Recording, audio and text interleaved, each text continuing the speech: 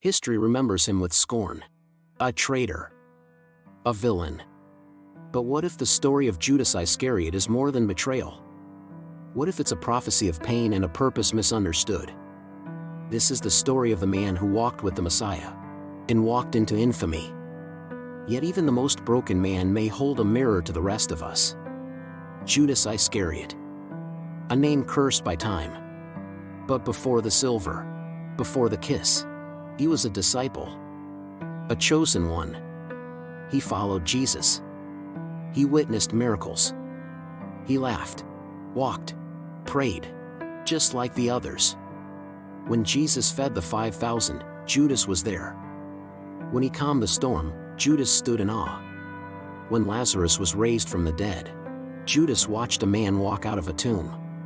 So how did it all go so wrong? Judas was from Iscariot in Judea, unlike the other disciples from Galilee. An outsider. Possibly educated. Some scholars even believe he was politically inclined, maybe a zealot eager for Rome's downfall. He was trusted enough to manage the money bag. The treasurer of the 12.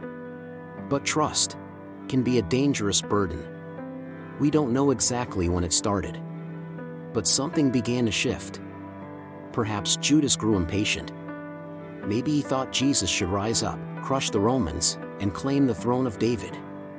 But instead, Jesus spoke of humility, of dying, of a kingdom, not of this world. Then Judas Iscariot, one of the 12, went to the chief priests to betray Jesus to them. Mark chapter 14, verse 10. Was it greed? Disillusionment? A test of faith gone wrong? Or did he believe he was helping usher in a kingdom, not of spirit, but of swords? Maybe Judas thought he was forcing Jesus' hand, pushing him to reveal his power, to finally act. But prophecy isn't something you rush. And God's plan does not bend for man. 30 pieces of silver. The price of betrayal. But also, the price of a slave. According to Exodus, chapter 21. A coincidence, or a cruel design? What are you willing to give me if I deliver him to you? Matthew chapter 26, verse 15. It wasn't just a deal. It was a prophecy, unfolding. Zechariah had foretold it centuries before. They weighed out my wages, 30 pieces of silver. Zechariah chapter 11, verse 12.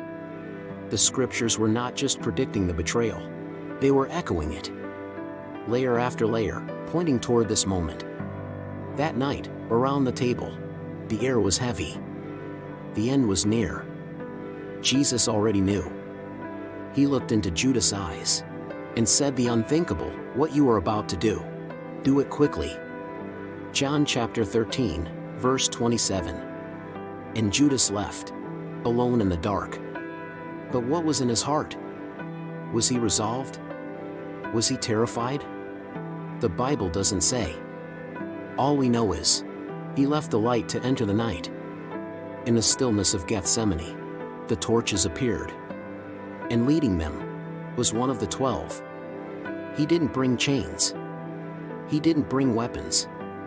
He brought a kiss. Judas, are you betraying the Son of Man with a kiss? Luke chapter 22, verse 48. Not a sword. Not a slap. A kiss. The most intimate act, turned into the darkest betrayal.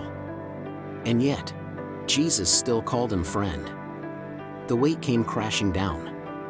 Judas realized what he had done. It wasn't power. It wasn't a strategy. It was murder. I have sinned, he cried. For I have betrayed innocent blood. Matthew chapter 27, verse 4. He threw the silver at their feet. But guilt cannot be refunded. The priests washed their hands. And Judas walked away. He couldn't forgive himself. He couldn't believe there was still mercy. But maybe there was. Peter also failed Jesus. 3 times, in fact.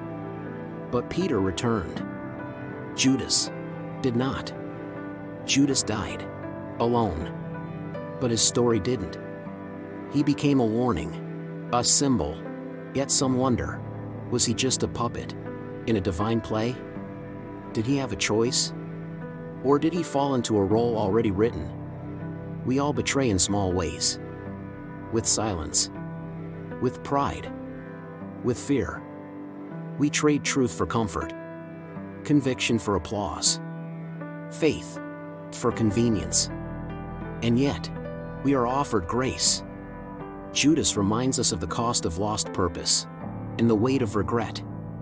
But also, he reminds us that even in betrayal, God's plan still unfolds. Even when men fail, God redeems. Even in darkness, there is a door to light. Was Judas beyond redemption? Or a necessary part of the greatest story ever told? Perhaps both. What do you think?